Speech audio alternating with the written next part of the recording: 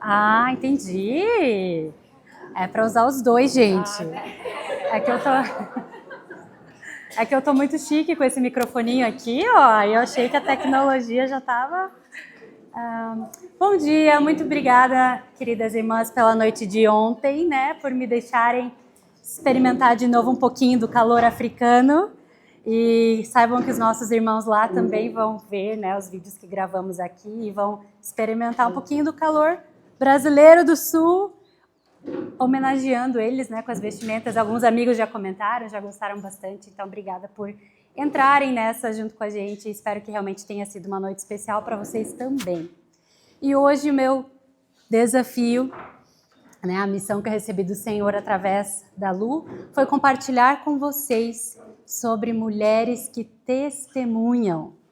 E nós vamos basear a palavra de hoje na história da samaritana, uma mulher que nós não sabemos sequer o nome, mas que teve um encontro transformador com Jesus. E quando eu recebi o texto... É para eu subir aqui no banquinho? É melhor? Tá bom. Obrigada. Vou cuidar para não cair. Tranquilo, para mim tá tudo bem. Tá. Porque daí tu não tem muito pra onde. Tá, eu acho que aqui eu vou me... assim, tá. Obrigada. Vamos lá. Como vocês sabem, eu sou mãe de meninos, né? 2 meninos muito sapecas, muito que têm vivido a infância deles intensamente, apesar, né, dos desafios que compartilhamos ontem. Eles são bem moleques, eles brincam, eles se divertem, eles estão tendo uma infância maravilhosa. E entre todas as sapequices deles, eles também gostam de assistir um filminho de vez em quando. E um filme, uma série, uma franquia que nós temos, que eu como mãe acabo assistindo junto, se chama Transformers. Alguém aqui conhece, já ouviu falar? Bem poucas. As mães, avós de meninos, talvez quando você vê a imagem que eu vou mostrar ali, você vai reconhecer. Mas os Transformers, eles é uma franquia de filmes que tem tudo que meninos gostam. Tem bombas, tem armas super modernas, tem robôs, tem carros, tem lutas, tem fim do mundo, salvar o mundo, tem mais lutas, tem uma bagunça, muita diversão, piada. É uma franquia, na verdade, para a família toda. E, como vocês sabem, o nome Transformers vem de se transformar, de passarem por uma transformação, porque são robôs alienígenas, gigantes como esses, olha o tamanho de uma pessoa, que se tornam em carrinhos pequenininhos para passar despercebidos, né, no meio do nosso planeta e poderem completar a missão deles. Mas essa transformação deles, ela é temporária, né? Quem eles são? São esses robôs gigantes aqui. Eles se transformam em carros, eles são Autobots. Se eu ficar falando sem dar os nomes certos, meus filhos vão me corrigir. São Autobots que são transformados em carros e retornam à sua forma original. Será que é essa transformação que o Senhor nos convida a experimentar? Uma transformação temporária, uma transformação ocasional? Enquanto eu estou aqui no retiro, eu me comporto bonitinha, eu vou cuidar da minha língua, eu vou ser simpática com todo mundo. Será que isso é ser transformada pelo Senhor? Antes de nós irmos para o nosso texto, e você pode abrir a sua Bíblia em João 4, capítulo de João 4, nós vamos olhar ali versículo por versículo desse trecho. Vai estar também no telão, caso você prefira. É sempre importante conhecermos um pouquinho de quem contou a história, né? Como autora como uma pessoa que gosta de escrever e autora, eu sei que sempre tem um pouquinho de quem você é no que você escreve. Quando você conta uma história para uma amiga, sabia que você está falando mais de você do que da história em si? Já ouviu isso, né? Quando alguém me fala sobre fulano, eu sei mais dessa pessoa do que do fulano. Por quê? Porque o que eu falo revela quem eu sou, como eu falo, as palavras que eu vou escolher, a entonação, o que eu vou priorizar naquela história, tudo isso está revelando o que está dentro de mim. E não é diferente com a Bíblia. Os livros, por isso é importante conhecermos um pouquinho do autor, porque ali ele revela, assim, né, foi inspirado pelo Senhor, mas o Senhor não elimina a nossa humanidade, nem nós aqui hoje, nem naquele tempo. O Senhor escolheu os escritores dos evangelhos e de todos os livros da Bíblia com as características que eles tinham por um propósito, porque ele sabia como eles comunicariam aquela história e como isso chegaria até nós. Por isso eu quero apresentar para vocês o nosso amigo João. Essa é uma arte que eu encontrei dele e tem um motivo de ter... Você vê que tem uma águia ali, né, nas costas dele. Porque nós temos quantos evangelhos na Bíblia? 4 evangelhos. Os 3 primeiros são chamados sinóticos, porque eles são parecidos. João, ele é um ponto fora da curva. E João foi escrito mais tarde, ele já tinha uma fé mais madura, ele já era um homem que tinha... Os demais evangelhos fizeram mais como um registro, né? Nossa, não vamos perder, vamos registrar tudo isso que Jesus tem vivido, somos testemunhas, não vamos deixar todas essas vivências se perderem. E João, ele vem mais como alguém que quer trazer a profundidade, alguém que já passou por aquilo, já processou, alguém que já foi transformado pelo Espírito Santo até na sua visão. Então, os estudiosos dizem que João tem uma visão de águia, ele está olhando lá de cima, ele está olhando para trás, ele está olhando o todo. Então, quando ele conta alguns dos mesmos relatos, mas ele acrescenta alguns, ele omite alguns dos demais evangelhos, ele está trazendo essa perspectiva de quem vê o todo e de quem sabe exatamente o ponto ali, o que faltou, o que ele quer trabalhar um pouquinho melhor, o que parece que a igreja não entendeu ainda tão bem. E João, esse João que escreveu o evangelho, ele é o discípulo do amor, o discípulo amado. Não sei se vocês já ouviram esse versículo, né, que está no livro de João, que diz que João, o discípulo a quem Jesus ama. Você consegue falar isso sobre você mesma? Eu sou Juliana, a discípula a quem Jesus ama. Se você vai se apresentar para uma amiga, oi, bom dia, tudo bem, gente? Eu sou aquela que Jesus ama. Às vezes sou até um pouco estranho para a gente, né? Sou um pouco estranho. E tem uma pastora em especial que eu acompanho, e que eu não sei se ela ainda faz isso, porque eu tive que parar de acompanhá-la, porque eu percebi que eu estava pecando. Porque ela fala, eu sou a queridinha de Jesus. Jesus fez isso por mim, Jesus fez aquilo por mim. E cada vez que ela falava isso, ao invés de minha fé ser encorajada, isso me incomodava. Eu falava, queridinho de Jesus, vamos ver a Bíblia. Sabe quem são os queridinhos de Jesus? Órfãos, viúvas, estrangeiros, vulneráveis, os que não têm nada. São esses que Jesus dá um atendimento especial.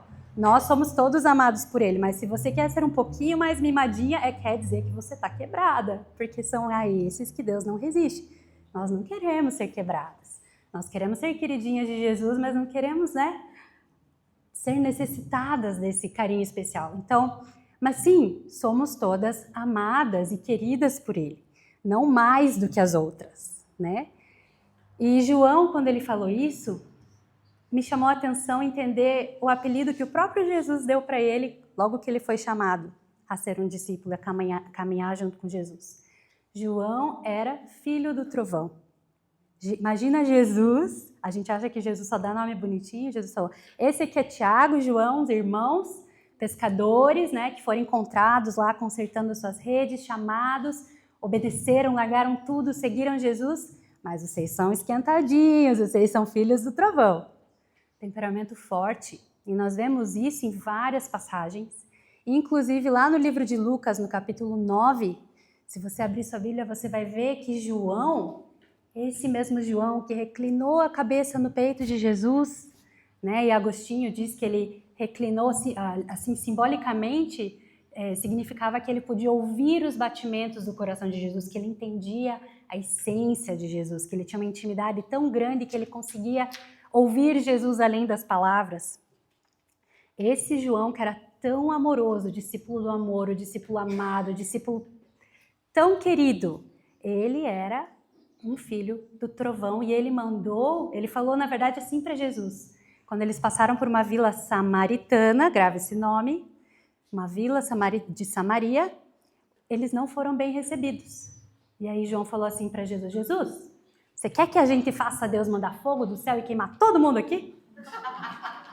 Quem pensaria como isso? Sabe quando você tem alguém que você ama muito, aí você vê que aquela pessoa está sendo injustiçada, deixa que eu resolvo. Quer que eu vá lá, vou acabar com a raça desse povo. Então João tinha esse temperamento, um senso de justiça, né?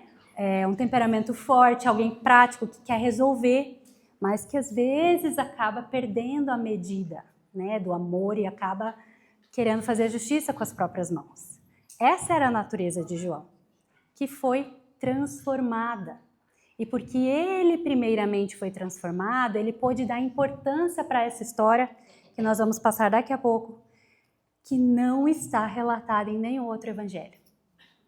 Talvez por vários motivos, ali a gente já vai entender um pouquinho do contexto entre judeus e samaritanos, mas me chamou a atenção que João foi o único que entendeu a importância de contar essa história, que é uma das mais bonitas das experiências que Jesus viveu enquanto esteve nessa terra, pelo menos para mim.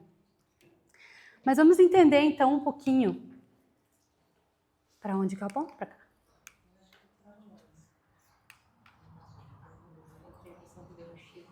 É?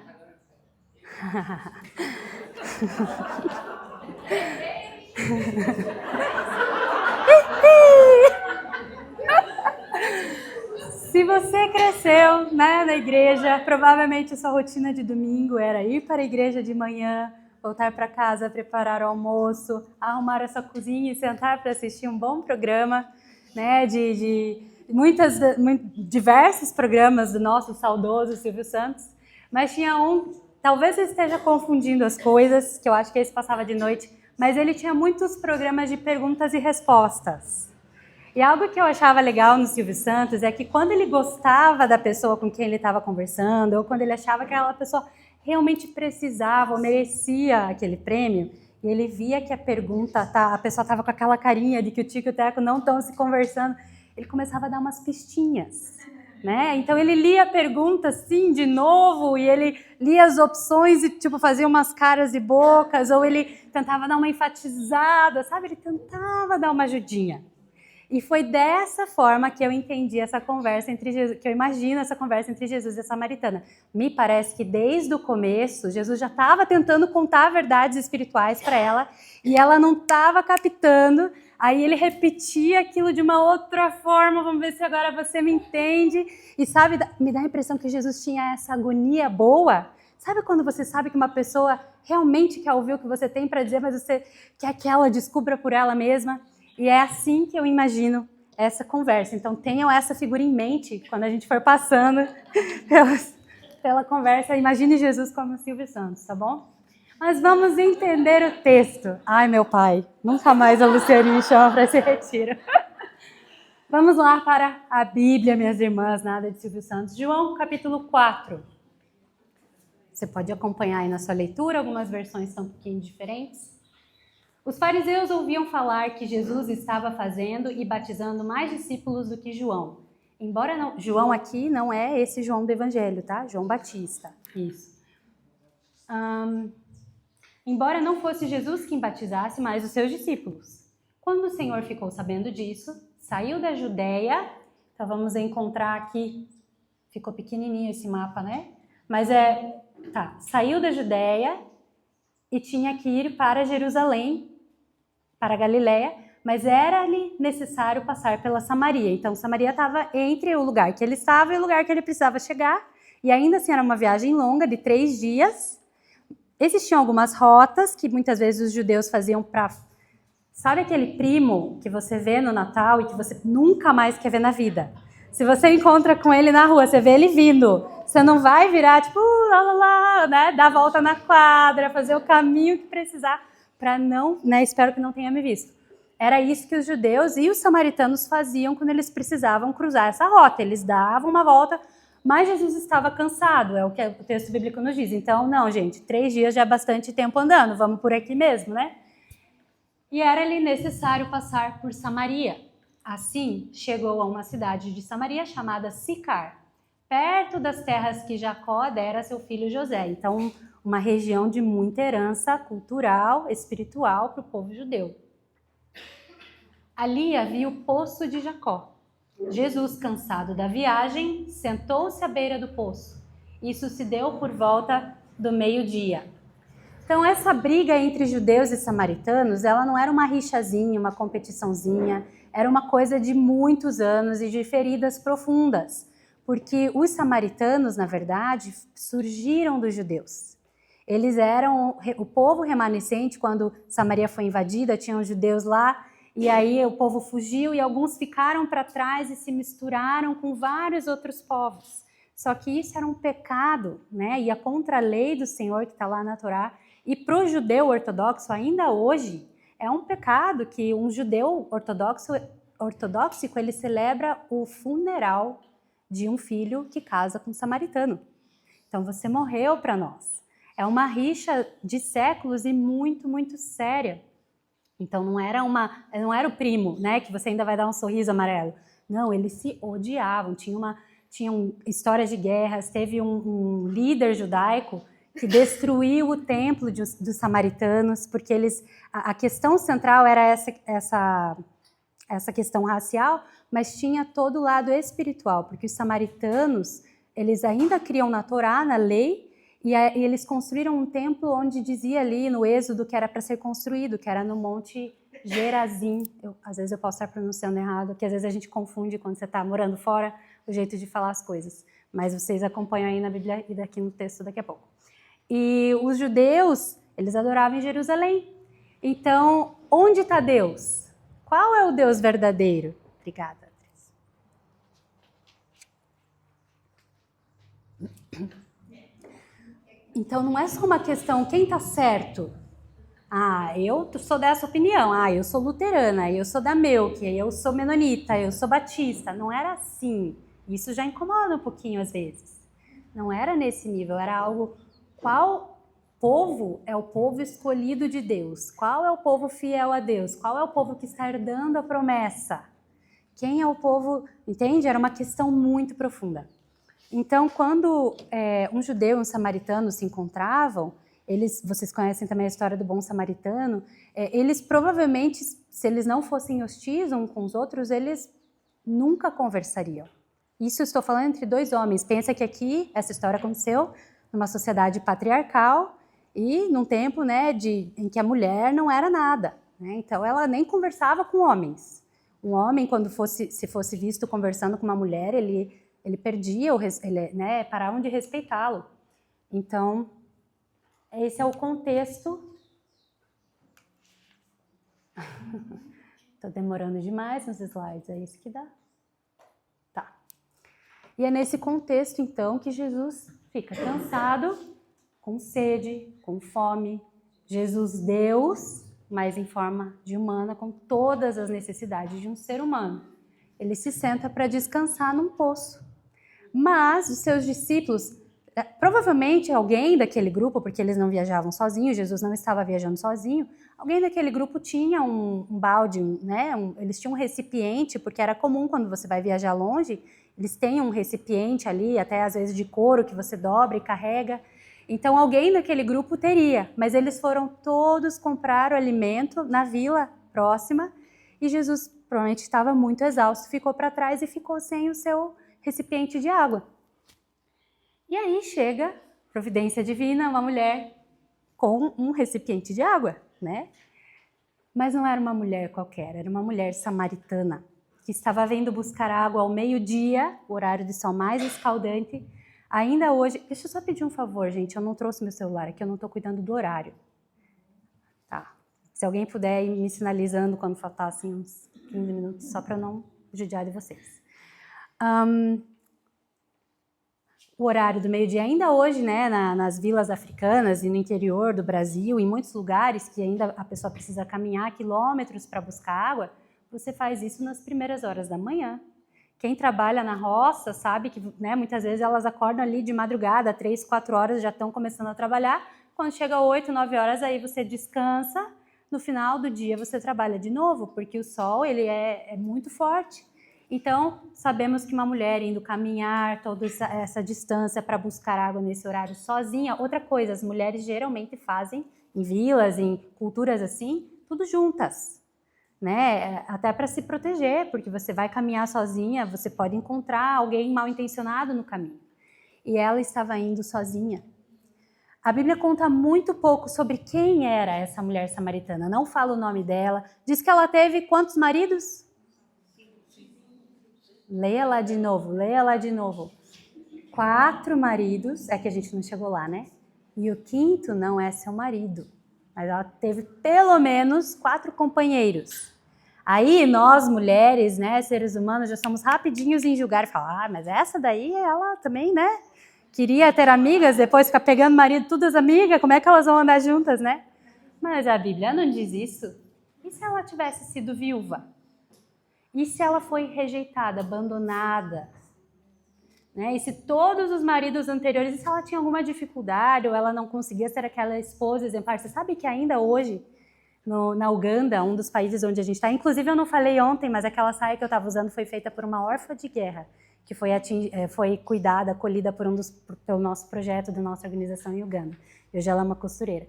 Então, essas mulheres, ainda hoje elas se casam. Se elas não são boas donas de casa, o marido devolve elas para a família educar melhor. Aí, quando ela for uma boa dona de casa, o marido recebe ela de volta. Quem aqui que seria devolvida?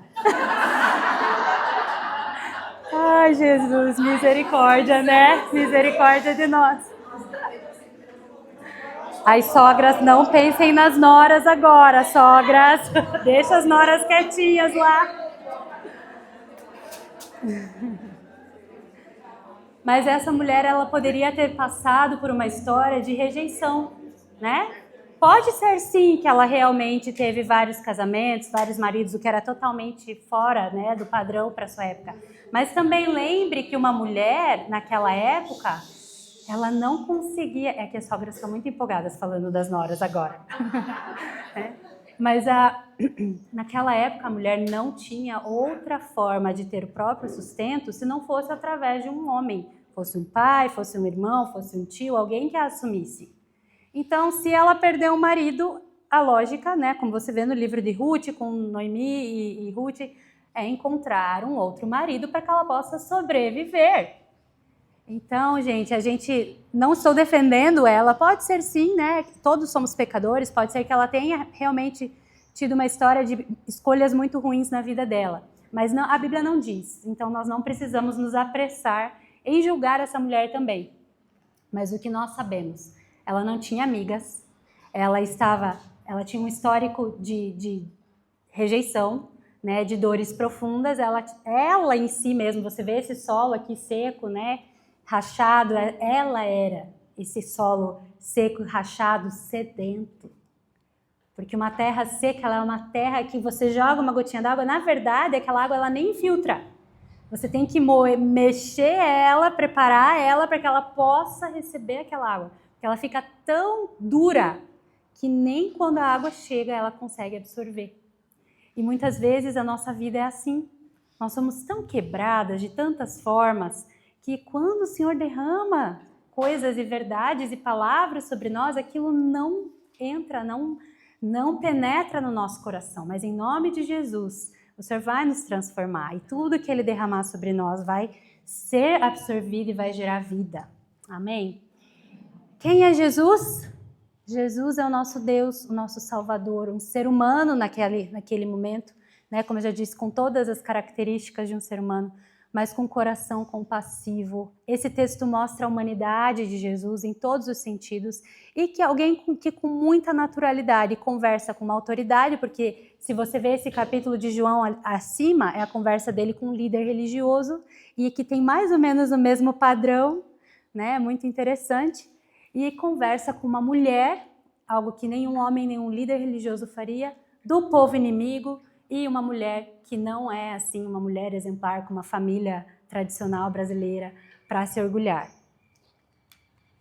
Eu li o texto com vocês? Não. Nisso veio uma mulher samaritana tirar água. Disse-lhe Jesus, dá-me um pouco de água. Os seus discípulos tinham ido à cidade comprar comida. A mulher samaritana lhe perguntou, como o Senhor, sendo judeu, pede a mim, uma samaritana, água para beber? Pois os judeus não se dão bem com os samaritanos. Jesus lhe respondeu, se você conhecesse o dom de Deus e quem lhe está pedindo água, você teria pedido e ele lhe teria dado a água da vida. E aqui eu lembro do Silvio Santos dando uma pescadinha, entendeu? Você entende o que eu estou dizendo? Então vamos dar uma olhadinha o que é um poço, né? Esse é o poço de Jacó, tradicionalmente, acredita-se que seja o mesmo daquela história, o mesmo perfurado por Jacó. Um poço, ele é um buraco na terra. Quem aqui já viu? Eu acho que tem aqui na propriedade um poço. Eu vi ali perto do portão. Depois você vai lá e tira uma fotinha no poço.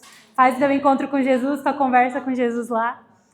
Ele é um buraco profundo. Nós temos um poço na propriedade onde nós moramos para trazer água também. A intenção era trazer água potável, porque lá ainda hoje a gente tem os reservatórios para coleta de água da chuva. Nós tomamos água da chuva. E tem um açude muito bonito, que é o meu lugar assim preferido naquela propriedade, mas é água embarrada. Então, quando nós chegamos lá, você escovar os dentes com a água embarrada do açude, né? Que parece outras coisas. Você ia tomar banho, né, naquela água, e foi assim por pelo menos um ano. E aí o Senhor nos permitiu, né, o privilégio de conseguir fundos para perfurar um poço. E aí a busca por água. Você não sabe onde está a água naquele lugar. E eles vão furando até encontrar. Perfuraram 7 metros, nada, lá na nossa propriedade. Perfuraram 7 metros encontraram água, mas era uma água terrível, sem chance para nada. Perfuraram mais. O poço lá da nossa propriedade tem 60 metros de profundidade. E ainda assim, infelizmente, a água é salubre. Então, ela é limpinha, assim, transparente, né? Não tem cheiro ruim para banho, tudo bem, para escovar o dente, fica aquele gostinho meio estranho, mas tudo bem. Mas para regar as plantas e para comida a gente ainda usa para tomar e para cozinhar ainda a água da chuva, e para regar as plantas vem a água da açude. Então foi a forma que a gente conseguiu resolver. Esse poço de Jacó acredita-se que tenha 30 metros de profundidade em torno, então também é muito fundo. E obviamente ser humano nenhum poderia alcançar. Você não pode se debruçar e pegar um pouquinho de água para beber, porque é muito fundo, né? Então por isso que realmente aquela conversa faz muito sentido. E um poço é assim, ele é um trabalho humano. Alguém tem que ter a ideia de perfurar, alguém tem que ter a ferramenta, alguém tem que ter o empenho, a coragem, o esforço de construir esse poço. Ele chega na água, ele estoca a água, tem água ali. É uma água boa de ser bebida, mas é cheia de limitações e exige muito trabalho humano. E aí Jesus faz o contraste com a água viva. Né? A água viva não é água da vida, não é essa água viva do oceano. E é um termo que eles estavam muito familiarizados, porque é a fonte d'água. Né? A gente chama de nascente, que mais que chamam? Olho d'água. É onde a água sai ali da rocha e começa a surgirem os riachos, os rios, né? E você vê o ecossistema inteiro sobrevivendo por causa daquela nascente de água. Quando você viaja para a serra, né, e sei quem gosta de passear na serra, lá a gente tem Morretes, né, perto de Curitiba, na serra lá, aqui é Santa Catarina, né, gente? Tá, na Serra do Paraná, é que é tão pertinho. E às vezes a gente para no caminho para encher a garrafinha d'água na nascente, porque é uma água pura, limpa, se o ser humano não for lá e contaminar.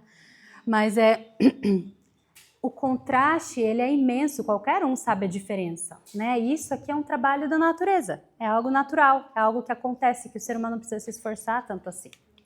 Então é isso que Jesus está falando, você vem aqui, você tem que caminhar toda essa distância, você tem que trazer o teu recipiente, você tem que buscar água, levar de volta. O que eu tenho para te oferecer é uma água viva, que está disponível, fresca, pura, em qualquer momento, e mais, você não vai só receber essa água.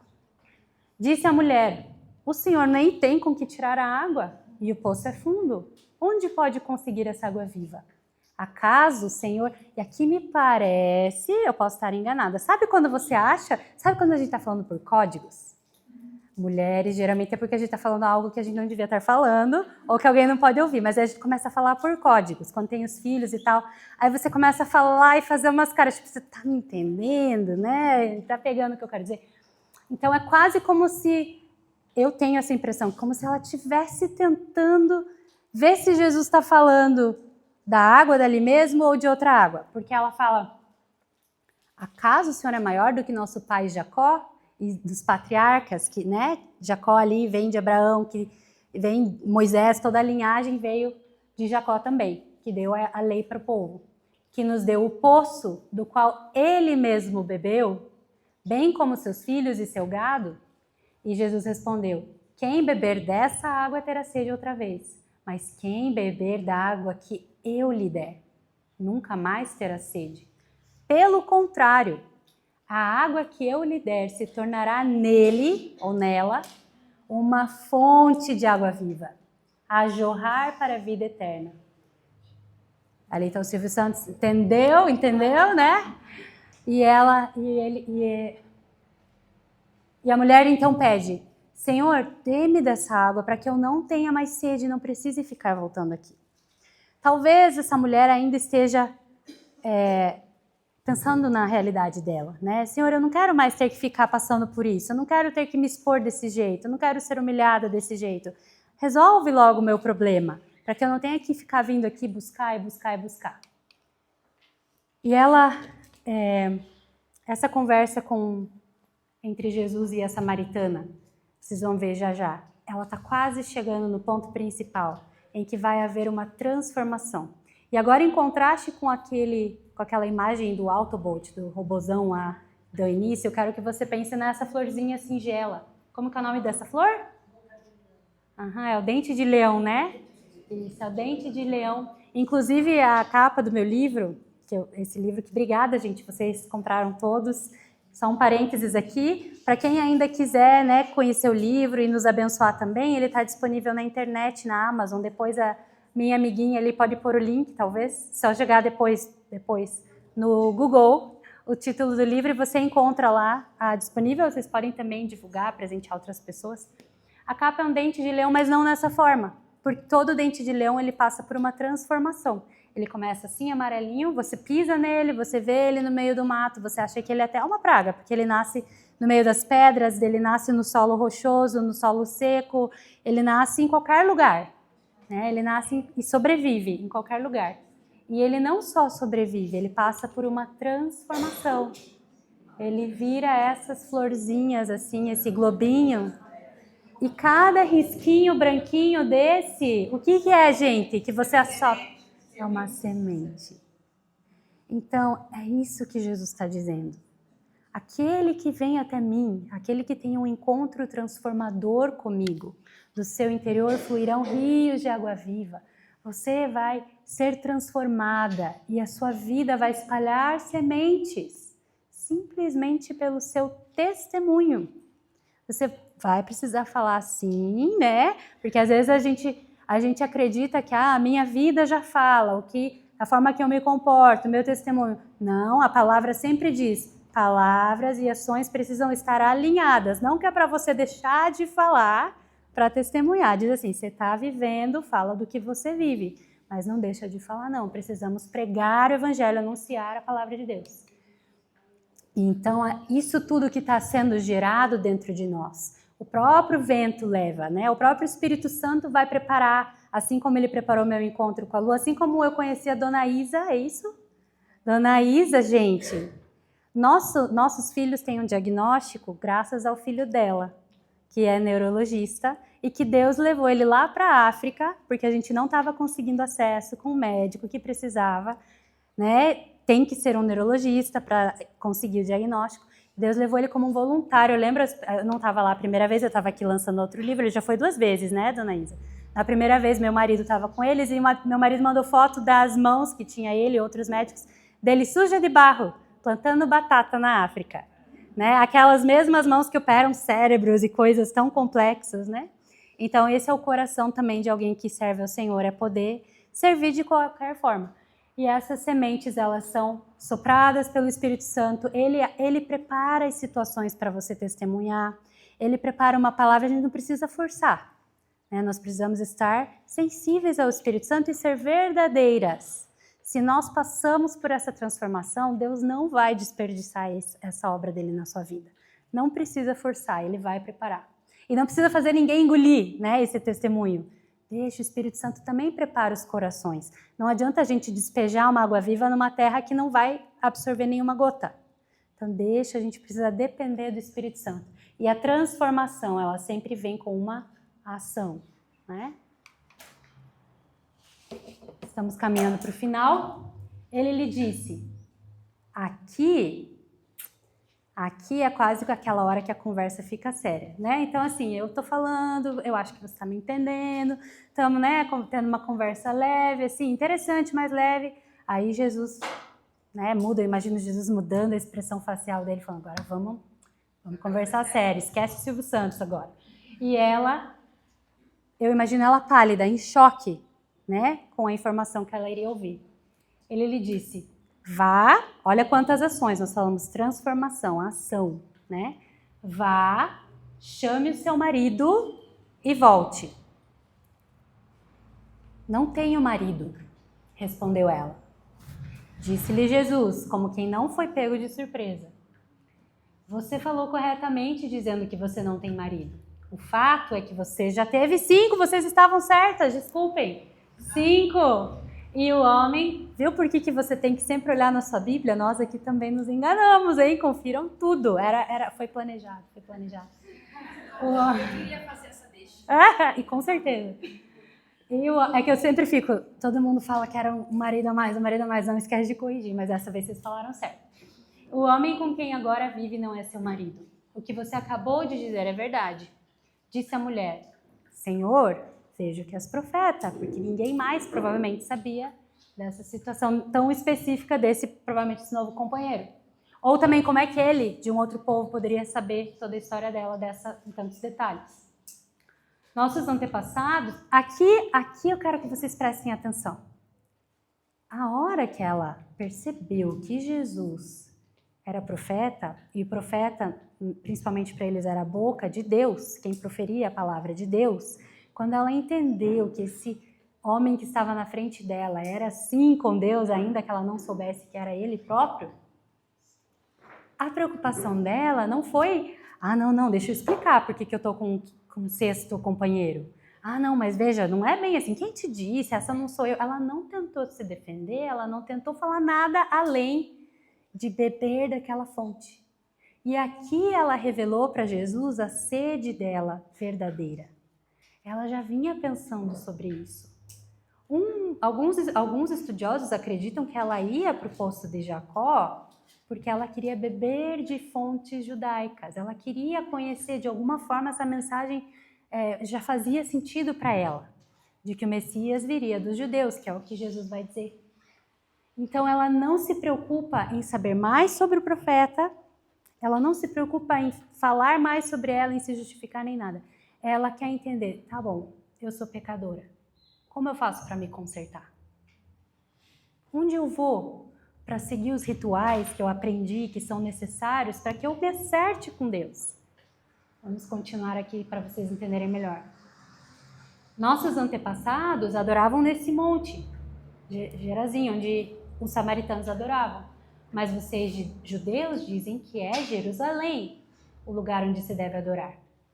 E aí Jesus falou, creia em mim, mulher. Está próxima a hora em que vocês não adorarão o Pai nem nesse monte, nem em Jerusalém. Vocês, samaritanos, adoram o que não conhecem.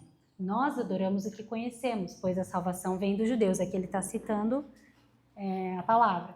No entanto, está chegando a hora, e de fato já chegou, em que os verdadeiros adoradores adorarão o Pai em espírito e em verdade. São esses os adoradores que o Pai procura. Deus é espírito e é necessário que seus adoradores o adorem em espírito e em verdade. E aqui Jesus não está dizendo algo que é do nosso tempo e que nós, às vezes, somos omissas e negligentes e erramos. Tá? Jesus não está dizendo, tanto faz se você adora nesse monte ou naquele. Não é assim que Jesus está dizendo. Ele não está tratando isso como se fosse algo pequeno. Né? Ele não está deixando a dúvida dela de lado. Tanto é que ele fala, não, está escrito, a salvação vem dos judeus. Né? Samaritanos, vocês se enganaram. Tá? Vocês estão fazendo algo errado. Mas existe algo maior do que quem está com quem entendeu a mensagem certa. Sou eu que estou aqui na sua frente, o Cristo. E aí, mais uma vez, ele ainda não... Por que eu estou pondo o Silvio Santos? Porque vai chegar um momento que ele vai falar com todas as letras. E eu tenho a impressão de que Jesus estava assim, tipo, por favor, entenda o que eu estou te falando. Porque ele não tinha falado para ninguém ainda o que ele vai falar para essa mulher. E talvez, assim, ele nem quisesse ainda falar. Só que ele não resistiu ao coração sedento dessa mulher.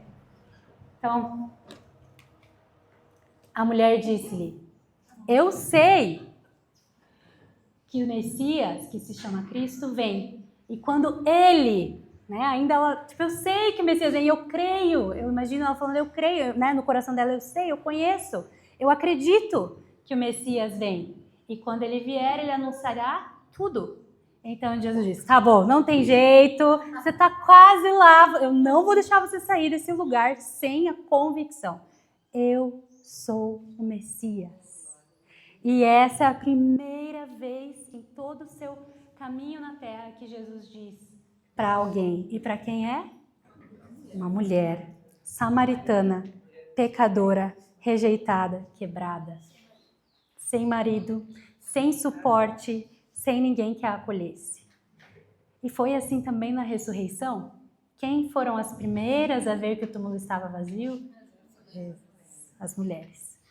Então, Deus está presente aqui. Jesus olha para cada uma de nós como ele olhou para aquela mulher samaritana.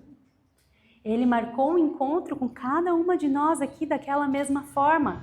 Talvez para você era só algo rotineiro que você faz todo ano, assim como a samaritana ia buscar água todos os dias. Mas não para ele. E todas as vezes que nós caminhamos até o poço, né, ou para o nosso momento de intimidade com o Senhor, ele está pronto para se revelar para nós. Ele tem algo fresco, algo novo para falar. Não nada além da Bíblia, mas algo assim, uma revelação da palavra que vai fazer sentido e que vai ser transformadora para a nossa vida. Então Jesus disse para aquela mulher, naquele momento, eu sou o Messias. E é muito lindo pensar que João escreveu isso, porque João, ele era o querido, né? Ele era um amigo muito próximo de Jesus. E talvez ele tenha escrito isso, tipo, não tem jeito, vou ter que admitir, não foi para mim, né? Imagina ele olhando, puxa Deus, podia ter sido para mim, você podia ter me cochichado no meu ouvido antes de falar para ela. Mas não, ele fez questão de dizer, aqueles samaritanos que eu queria destruir, que eu queria que fossem todos queimados, Jesus ama tanto eles, Jesus olha para eles com tanta compaixão, que ele se revelou primeiro para eles. Jesus não se revelou como Messias para ninguém do seu povo primeiro. Isso é muito sério, isso é muito triste. A sede do povo, a terra do povo ainda não estava pronta para receber. E nisto viram os seus discípulos e maravilharam-se. Então agora os discípulos voltam, vem aquela cena super estranha, ficam sem entender nada, mas ficam quietinhos. Tipo, sei lá, né? Ele sabe o que está fazendo. De que estivesse falando com uma mulher. Todavia, nenhum lhe disse, que perguntas ou por que falas com ela? E eu acho que João quis dizer isso para mostrar. A gente não entendeu, mas a gente confia nele. E na nossa vida muitas vezes é assim, né? Não sei por que Deus está agindo dessa forma, mas eu confio. Aqui também é muito bonito e eu gosto dessa cena, dessa imagem. Deixou, pois, a mulher o seu cântaro e foi à cidade, disse àqueles homens, vinde e vede. Um homem que me disse tudo quanto tenho feito. Porventura não é este o Cristo? Saíram, pois, da cidade e foram ter com ele. Se você lembrar, no comecinho da conversa ali, quando Jesus chama para a parte séria, ele fala, vá e chame o seu marido, né? O que ela fez? Ela foi e chamou, não, e falou com os homens, não chamou o marido porque ela não tinha, chamou todos os homens. Venham aqui vocês e levem para suas famílias. Ela sabia que a voz do homem, o testemunho de um homem também teria impacto maior, né, na sociedade que ela vivia. Eu não sei se foram só os homens. O texto escreve que ela falou com os homens, mas não diz quem veio, né? Então, na verdade diz a cidade, vários, eles saíram e foram ter com ele. Mas eu imagino que tenham vindo muitas pessoas, né? E então ela deixou o seu cântaro, também tem um significado simbólico. Aquilo que ela usava para buscar a água, ela não precisava mais. Né? Ela sabia onde estava a fonte da água viva. E o testemunho dela, essa postura, imagina alguém que se esconde, que nunca está ali no meio, que não quer ser vista, não quer ser percebida, agora vem e se expõe dessa maneira. E fala, e convida. Peraí, algo mudou nessa mulher. Ela está transformada. Por isso que eles ouviram e por isso que eles a acompanharam. E se eles não tivessem visto a transformação dela, talvez eles nunca tivessem vindo até Jesus. Muitas vezes nós queremos nos esconder. Tem coisas da nossa história, da nossa vida, que a gente prefere que ninguém saiba, porque a gente tem vergonha, né? E algumas coisas Deus vai proteger, porque faz parte do trabalhar dele na tua vida, e amém, algumas coisas estão lá no passado, né? Você é uma nova pessoa, não precisa se culpar, não precisa se remoer, mas tem partes da sua história que às vezes Deus vai pedir para você compartilhar, porque elas vão ser um testemunho para outras pessoas. Uma dor, uma ferida que o Senhor restaurou, ela traz esperança para quem está passando por aquela mesma dor nesse momento. Quantas vezes você ouviu o testemunho de alguém e foi encorajado? E às vezes a gente tem medo, a gente não dá importância, mas se é obra de Deus, deixa Ele usar. Deixa Ele usar tudo que Ele já depositou na tua vida e na tua história, para que Ele traga pessoas, mas usa isso para trazer para Ele. Né? Faz como a samaritana, traz para Ele, para a palavra dEle. Muitos dos samaritanos daquela cidade creram nele pela palavra da mulher que testificou. Disse-me tudo o que tenho feito. Indo, pois, ter com ele, os samaritanos rogaram-lhe que ficasse com eles, e ficou ali 2 dias. E muitos mais creram nele, por causa agora do quê? Da sua palavra, de Jesus. E diziam à mulher, já não é mais pelo que você nos falou que cremos, mas porque nós mesmos o temos ouvido e sabemos que este é verdadeiramente o Cristo Salvador do mundo. Deixe Jesus transformar a sua vida a tal ponto que quem olhe para ela sinta tanta sede que precise ir até a fonte de água viva, que precise beber dessa água, que é o Espírito Santo. Achei que eu tinha colocado uma... Então, eu quero encerrar esse momento pedindo que você abaixe sua cabeça, né? E imagine que você é essa mulher samaritana, essa mulher sedenta, essa mulher talvez quebrada, talvez... ou talvez você nem se veja como alguém quebrado, mas como um solo duro, um solo seco, que já recebeu tudo o que tinha para receber, sem muita expectativa, sem muita esperança. E imagine que Jesus está se encontrando com você agora. Imagine que Ele está te convidando para ouvir da boca dEle as palavras que vêm dEle, diretamente para o seu coração. A Bíblia não falou o nome daquela mulher samaritana, nós não sabemos se Jesus perguntou o nome dela, mas Jesus sabe o seu nome. Jesus conhece o seu nome antes mesmo dos seus pais escolherem, ou seja, quem for que tenha escolhido o seu nome. Jesus sabe todos os detalhes da tua história, assim como Ele sabia aquilo que a samaritana não queria que ninguém soubesse. E de muita coisa Ele já te perdoou. E Ele quer que você pare de se culpar por aquilo.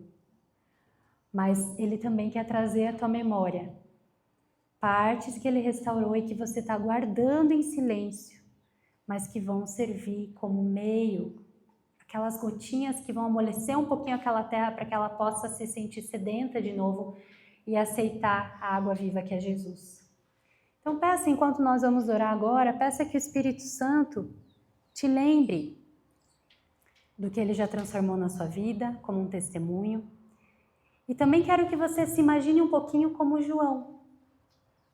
Como João, alguém que, porque experimentou a transformação, acredita na transformação que o Senhor pode fazer na vida de outros.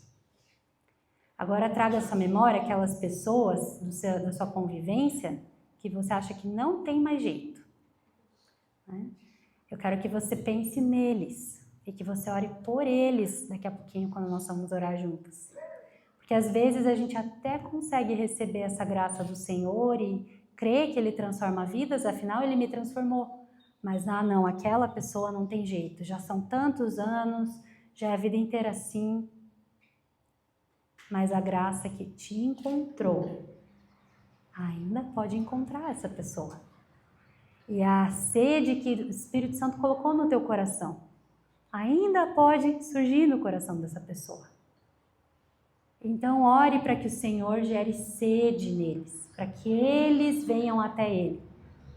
E que o Senhor transforme a sua vida de tal jeito, de tal forma, que eles não tenham como não perguntar: da onde vem essa água que você bebe? Eu também quero. Amém. Vamos falar com o Senhor. Continue com a sua cabeça baixada. Querido Pai, querido Espírito Santo, muito obrigada por estar aqui conosco. Muito obrigada porque um dia cada uma de nós era como essa mulher samaritana, que tinha conhecimento, mas que ainda não tinha tido um encontro verdadeiro com o Cristo, ainda não tinha entendido. E talvez algumas aqui ainda sejam essa mulher, que sabem tanto, sabem que o Messias vem, né? E nós aqui sabemos das tuas verdades, hoje já muito mais claras para nós, mas que não tiveram uma experiência transformadora com o teu Espírito Santo. Ainda não tem água viva jorrando de algumas fontes aqui, Pai. Então eu clamo a Ti que hoje seja a manhã em que elas terão esse encontro transformador, que a partir desse retiro, Pai, as pessoas ao redor vejam um brilho diferente, uma paz diferente, que não vai ser trabalho humano, que não vai ser máscara, não vai ser esforço humano, vai ser de dentro para fora, do seu interior, fluirão rios de água viva. Pai, nós queremos ser essas pessoas que não contêm em um poço o que o Senhor confia a nós. Nós queremos matar a sede, Pai, levar as pessoas até o Senhor. Nos ajuda, nos transforma dia a dia. É o Teu trabalhar em nós. E para isso, assim como cantamos antes, nós precisamos nos render. E eu quero que o Senhor, por favor, pela Tua graça, traga agora ao nosso coração o que ainda precisa ser rendido aos Teus pés. Traz, Pai, lembranças, traz palavras, traz comportamentos, traz relacionamentos, traz aquela situação que a gente não quer abrir mão e que o Senhor tem nos pedido. Senhor, nós rendemos aos Seus pés. Nós rendemos aos Seus pés. Tudo que a vida nos traz, nós recebemos, mas nós oferecemos de volta a Ti como sacrifício, Pai. Todos os nossos desafios, as nossas dificuldades, nos ajuda a sermos fiéis a Ti, nos ajuda, Pai, a viver de tal forma que mesmo em meio às lutas, a gente consiga ter a Tua paz e a felicidade, a constante felicidade que não está aqui, Pai, no dia de hoje, na situação de hoje, mas no nosso relacionamento contigo, nas promessas de eternidade, Pai. Abençoa cada irmã que está aqui, obrigada por trazê-las. Completa a Tua obra, Senhor, nas nossas vidas, para a glória do Seu nome. Em nome de Jesus. Amém.